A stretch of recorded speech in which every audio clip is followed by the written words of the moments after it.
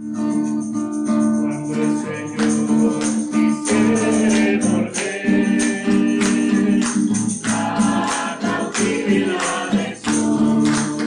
Cuando el Señor quisiere volver, la cautividad es su. Seremos como los que sueñan, nuestra boca se llenará de risa.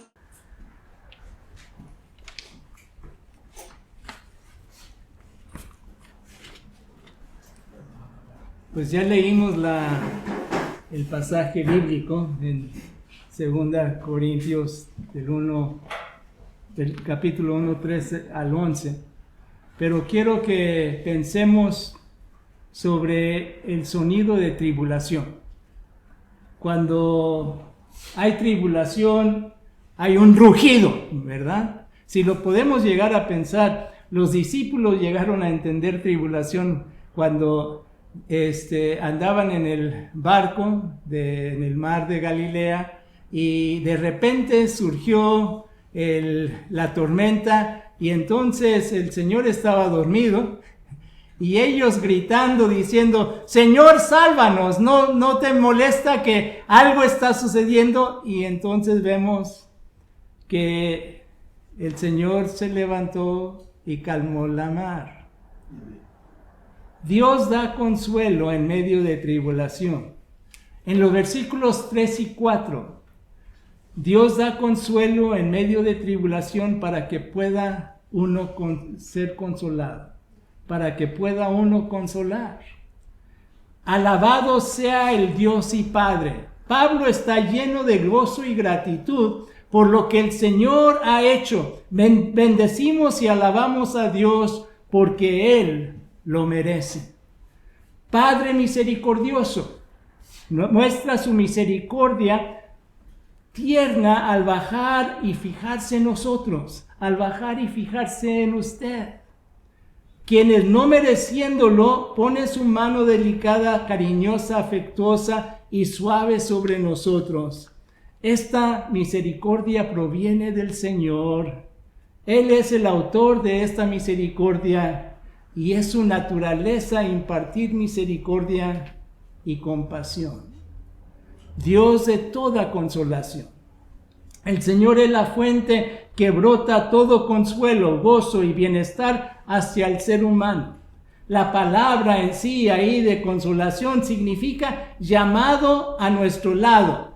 Es usado como un abogado que nos presta ayuda. Un abogado que nos presta no solamente ayuda legal, sino también consuelo y también dirección. Y así el Señor es para nosotros quien nos consuela en todas nuestras tribulaciones.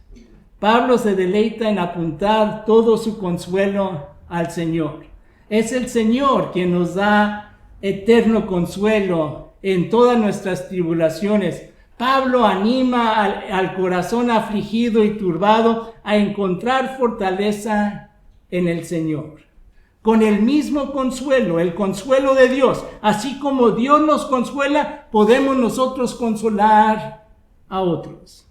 También nosotros podamos consolar a los que sufren.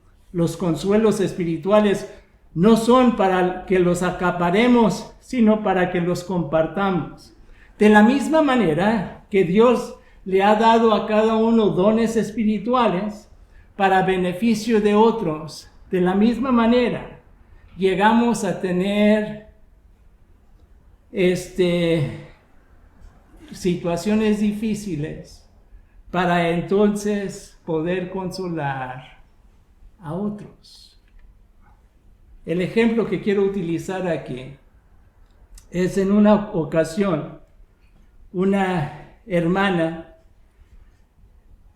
había perdido varios bebés, no se habían logrado. Cada vez que se embarazaba, las perdía. Y ella entonces, sin duda, estaba pensando, ¿qué es lo que está sucediendo con todo esto? Que pierdo uno tras otro bebé.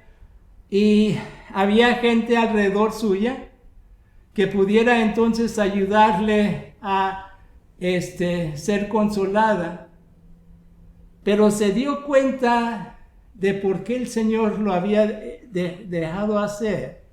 Cuando en un funeral de un bebé, la mamá en un bebé de una misión donde ella había estado ayudando y estaba trabajando, la mamá compartió que podía pasar por la prueba al ver a esta hermana poder superar sus tribulaciones. Y ahí se dio cuenta.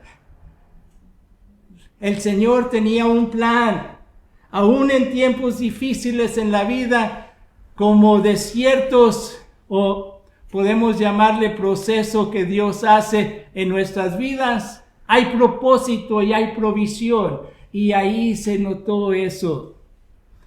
La aplicación a su vida, la aplicación a mi vida. Si ha pasado por alguna tormenta en su vida y el Señor le consoló, es para que pueda consolar a otros en medio de la tormenta. Pero fijémonos también al recordar que no está solo, al recordar que no está sola. En los versículos 5 al 7, participamos en el sufrimiento de Cristo. Los sufrimientos que sostuvieron fueron por la causa de Cristo y del Evangelio. El mismo que Pedro comparte en 1 de Pedro 4:16, pero si alguien sufre por ser cristiano, que no se avergüence, sino que alabe a Dios por llevar el nombre de Cristo. Por medio de él tenemos abundante consuelo. Si sufrimos por la causa de Cristo, si somos perseguidos, si somos oprimidos o si sufrimos calumnia por seguir a Cristo, Él cuidará que nuestros corazones se llenen de consuelo. Si sufrimos, es para ustedes. Si sufrimos aflicción y adversidad, estaba diciendo Pablo, es para el provecho de los hermanos. Y si somos consolados, es para que ustedes tengan el consuelo que los ayude. El beneficio de sufrir adversidad es que el Señor da consuelo, y cuando uno percibe ese consuelo, le ayuda a persistir. Firme es la esperanza que tenemos. La esperanza que tenían en los hermanos de Corintio era firme porque pensaban que podía soportar cualquier tribulación, así como participan en nuestros sufrimientos. Hay esperanza cuando compartimos sufrimientos. Así también participan de nuestro consuelo. Tenemos tribulaciones compartidas y también tenemos goces compartidos. Si nos acordamos, nos dicen, si alguien está triste, necesitamos sufrir con ellos. Y si uno se alegra, también alabamos al Señor con ellos. El ejemplo que quiero utilizar aquí, y no voy a usar uno específico, pero lo he visto una y otra vez. Cuando hay hermanos que sufren por ser creyentes, en donde llegan a decir, porque eres creyente ya no puedes seguir en esta familia o algo, y entonces la familia de la fe los restaura. O también cuando hermanos y hermanas que han pasado, y es interesante muchas veces, pasan por el cáncer a la misma vez. ¿Se ha dado cuenta que nada más no es uno? En una situación ahorita hay como 3 o 4 mujeres que están pasando por cáncer a la misma vez. Y una de ellas puede entonces compartir con las otras lo que Cristo puede hacer en sus vidas. Y es la razón que llegamos a tener tribulación. Es para que entonces recordemos que no estamos solos, que hay otros que también están pasando por ello. Quiero utilizar otro ejemplo también. Elías Elías, cuando él llega el momento más grande de su vida, ¿sí? En donde él está en el Monte Carmelo y todo va bien, y llega a ver la victoria, pero despuesito de eso, luego viene Jezabel a decirle: voy a buscar y lo voy a matar. ¿Y qué sucedió?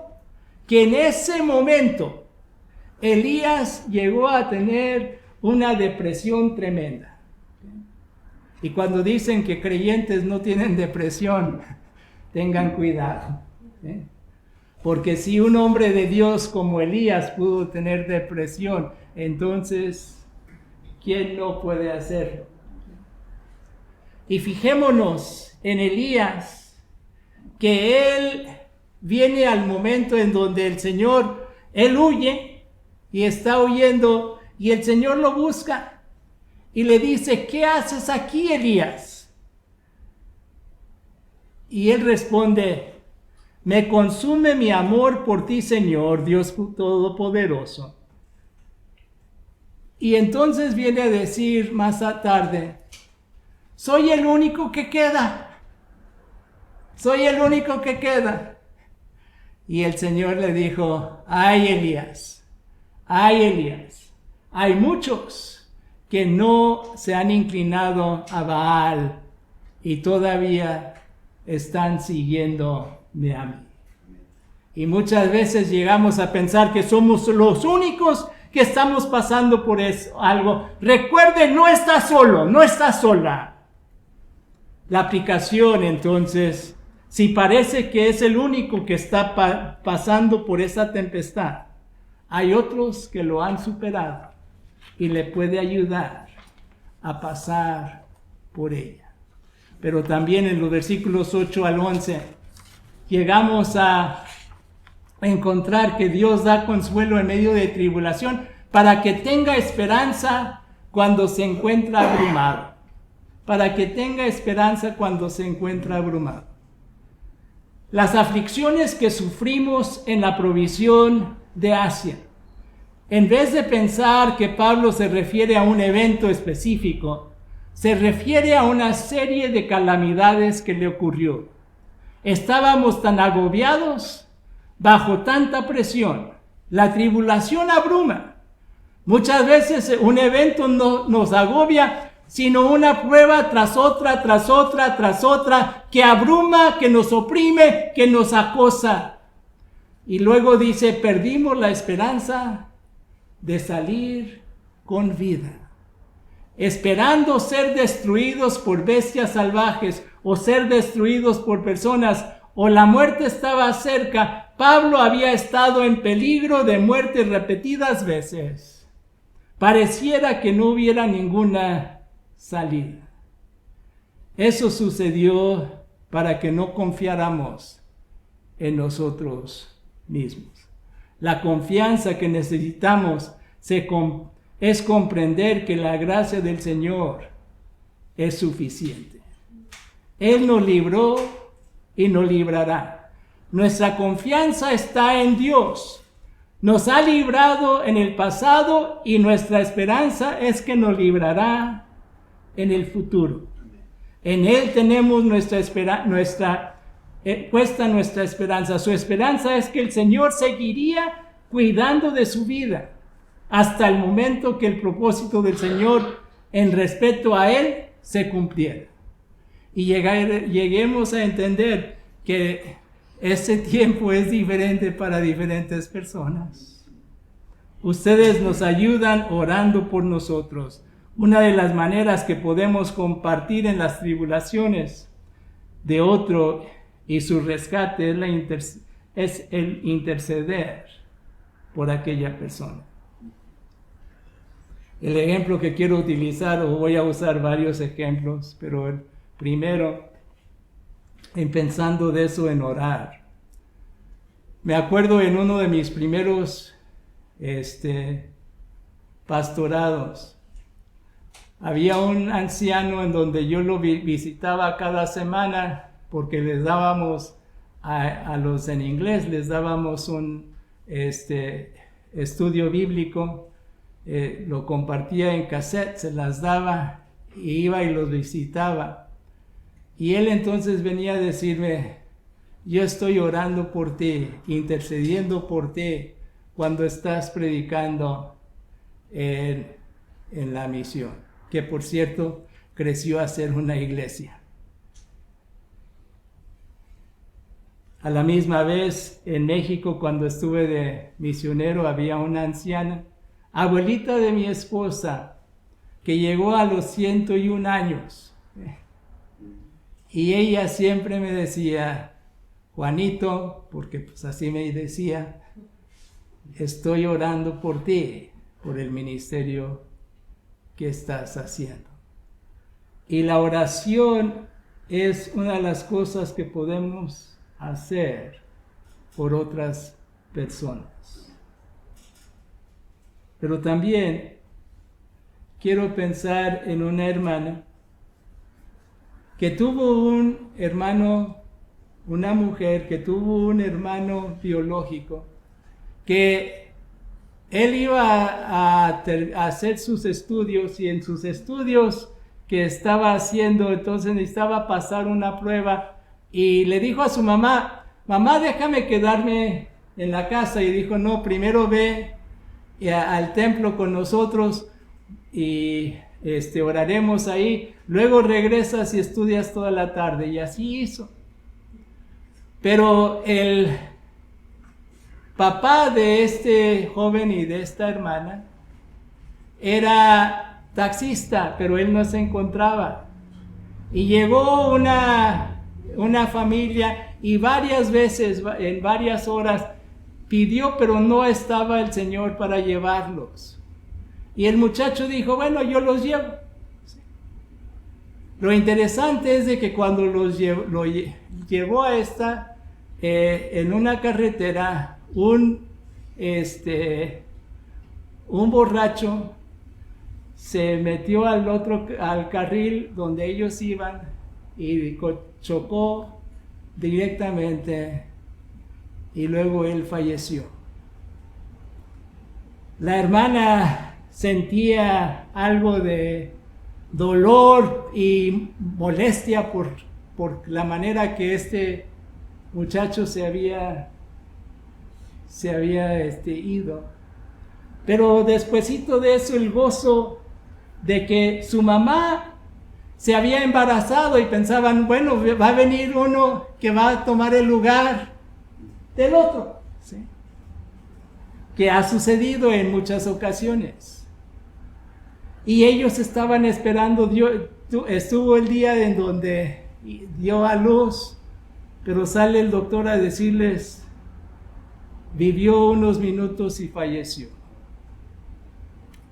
Entonces ella, pensando qué es lo que está pasando, había perdido a su hermano, había perdido al bebé, y ella se sentía algo hecho desastre. Lo interesante es de que un muchacho pasó a su casa para darle el pésame unos días después. Y ese muchacho le dijeron, mira, no está, se fue a los jóvenes, está en la iglesia, ahí en la esquina. Y entonces él fue a el templo, se sentó junto a ella, vieron una película, y el pastor entonces hizo invitación para que pudiera entonces el que necesitaba venir a Cristo, pudiera venir a Cristo. Y él hizo la decisión ahí mismo. Después de eso siguió él fiel y ferviente, ella no entendiendo todo. Luego llegó a ser su esposo. Pero no solamente eso, sino llegaron ellos a ser pastor de esa misma iglesia, en donde han estado ahí por más de 20 años. pero a través de la aflicción, a través de todo, el Señor los ha usado y sigue usando. Y posiblemente usted que está viendo o uno que está aquí, ha llegado a venir, pero nunca le has entregado tu vida a Cristo. Este es el momento de hacer eso. Como ese muchacho que fue al templo y se sentó y escuchó el mensaje del Señor, en donde sabe que necesita de Cristo. Si usted necesita de Cristo, ponga su confianza en Él en este momento. Porque las tribulaciones suceden muchas veces para que personas se acerquen a Dios. Tribulaciones se hacen para que podamos ver que no estamos abrumados, sino hay esperanza, y la esperanza está en Cristo. Amén. Y podemos depender de Él. Y podemos confiar en Él. Venga lo que venga, el Señor es mi salvación. Y Cristo quiere venir a tomar lugar en su vida. La aplicación. Recuerde que las pruebas, una tras otra, pueden agobiar. Pero recuerda las veces que el Señor le ha librado y ponga su esperanza en Él. Ponga su esperanza en Él. En conclusión, si se encuentra hoy abrumado, deje que el Señor obre en su vida y ponga su esperanza solo en Él. Recuerda que no es el primero que ha pasado por ese sufrimiento. Mira a su alrededor para consolar a una persona que está pasando por lo que el Señor le ha ayudado a usted salir. Y deje que el Señor lo use para que las buenas nuevas del Señor sean compartidas. Y si no me equivoco, era lo que se me pidió predicar, en el sentido de que a ver, aquí voy a encontrar lo que me dijo el pastor, que el énfasis era produciendo fruto al alcanzar al mundo en la adversidad. Y creo que este pasaje y estos testimonios ayudan para que podamos entender lo que el Señor quiere hacer en producir fruto en medio de la adversidad. Amén. Vamos a orar. Señor, gracias porque nos da la oportunidad de venir delante de ti y podamos poner nuestras tribulaciones en tus manos. Y si alguien que nos está escuchando no ha puesto su confianza en tu Hijo Jesucristo, Señor, que hoy puedan ahí en su corazón pedir a Cristo que entre en su vida y que tenga esa relación personal que tú añoras tener con ellos a través de tu Hijo Jesucristo. Y puedan recordar y reconocer que necesitan de ti. Y Señor, que aquellos que están pasando por tribulaciones puedan entender que no los has dejado, que tú estás con ellos y hay esperanza y tu mano está sobre ellos. Y que puedan entonces reconocer que la razón que lo está dejando pasar es para que otros también puedan verte a ti a través de ellos. Y Señor, así podamos ser luz en medio de este mundo de tinieblas, en medio de este mundo en donde hay tribulación. Te lo pedimos en el nombre de Cristo Jesús, Señor y Salvador nuestro. Amén. Amén.